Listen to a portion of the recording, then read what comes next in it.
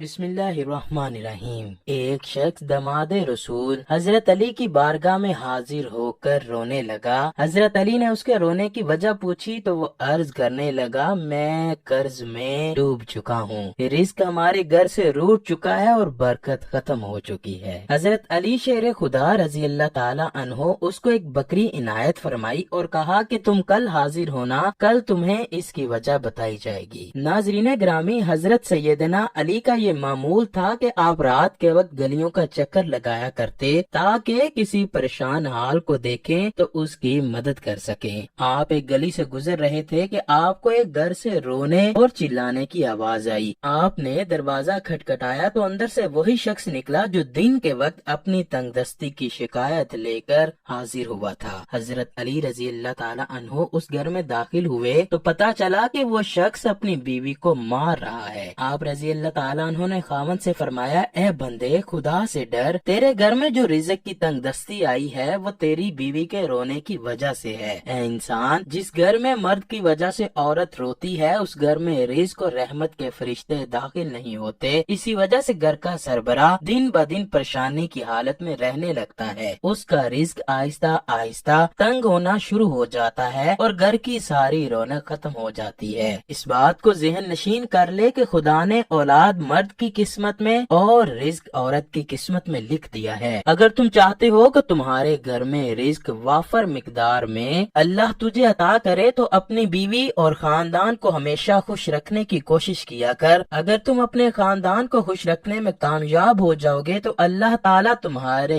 رزق اور عزت و وقار میں اضافہ فرمائے گا۔ اسی طرح ایک دفعہ ایک عورت روتی چلاتی حضرت سیدنا علی کے پاس آئی اور اپنے خاوند کی شکایت کی کہ میرا خاوند مجھ پر ہاتھ اٹھاتا ہے اور میری روزانہ بے عزتی کرتا ہے۔ حضرت سیدنا علی نے اس کے خاوند کو بلایا اور اس سے فرمایا، اے بندے، اللہ تعالیٰ نے مرد کو عورت سے مضبوط اس لیے پیدا کیا کہ وہ اپنی عورت کی حفاظت کر سکے۔ اللہ تعالیٰ نے مرد کو مضبوط اور طاقتور اس لیے پیدا نہیں کیا کہ وہ اپنی بیوی پر ظلم و تشدد کرتا رہے اور اس کو ذلیل و خوار کرے۔ جو شخص ہر وقت اپنی بیوی کو ڈانٹتا رہتا ہے تو اللہ تعالیٰ ایسے شخص پر لعنت بھیجتا ہے۔ اس شوہر نے جواب دیتے ہوئے کہا کہ اے علی، یہ عورت میری بیوی ہے، میں جو کچھ اسے کہتا ہوں یہ میری بات سے انکاری ہو جاتی ہے۔ حضرت سیدنا علی رضی اللہ تعالی عنہ نے فرمایا کہ تیری شادی کرنے کا مقصد یہ نہیں کہ تو نے اس کو غلام بنا لیا ہے، بلکہ شادی کرنے کا مقصد یہ ہوتا ہے کہ تو نے اس کو اللہ تعالیٰ سے اپنی نسل بڑھانے کے لیے مانگا ہے جو کہ تیری اولاد کی بہترین پرورش کر سکے۔ یاد رکھنا، جس کو اللہ تعالیٰ سے مدد کے لیے طلب کیا جائے اس کو غلام بنا کر نہیں رکھا جاتا، بلکہ وہ عورت تو تیرے بچوں کی ماں ہے۔ تجھے تو اس عورت کا ہر وقت احترام کرنا چاہیے کہ اس نے تیری نسل کو آگے بڑھایا ہے۔ اگر تم اپنی بیوی کو مارتے پیٹتے رہو گے تو اس کے بدن سے جو اولاد اللہ تعالیٰ تم کو عطا فرمائے گا تو اس کے دل میں تیرے لیے بغاوت کے علاوہ اور کچھ نہیں ہوگا۔ نیک عورت کے بارے میں حضرت علی کا فرمان ہے کہ جب عورت اپنے خاوند سے ناراض ہو تو خاوند اس کو یہ بات کہے کہ میں تو ساری زندگی تیرے ساتھ ہی بسر کروں گا۔ نیک عورت کی یہ نشانی ہے کہ وہ اپنے گھر کی اچھی اور بری بات کسی پر ظاہر نہیں کرتی، وہ اپنے بچوں کی تربیت و پرورش اس طرح اچھی کرتی ہے کہ معاشرے کے لوگ اس کی تعریف کیے بغیر نہ رہ سکیں۔ روز قیامت بھی اللہ تعالیٰ نیک عورتوں کو جنت میں اعلیٰ مقام عطا فرمائے گا۔ نیک عورت وہ ہے جو اپنے خاوند کے بغیر اپنی عزت اور مال کی حفاظت کرے۔ کسی نے حضرت محمد صلی اللہ علیہ وآلہ وسلم سے دریافت کیا کہ بہترین عورت کون سی ہے؟ نبی پاک صلی اللہ علیہ وآلہ وسلم نے فرمایا کہ سب سے اچھی عورت وہ ہے جب اس کا شوہر اس کو دیکھے تو وہ خوش ہو جائے، شوہر کے ہر حکم کی پیروی کرے، کوئی ایسا کام نہ کرے جو اس کی عزت اور شوہر کی عزت کے خلاف ہو۔ عورت کی محبت سب سے زیادہ اس کے شوہر کے لیے ہونی چاہیے۔ اس بات کا اس طرح سے اندازہ لگایا جا سکتا ہے کہ نماز عبادت کی سب سے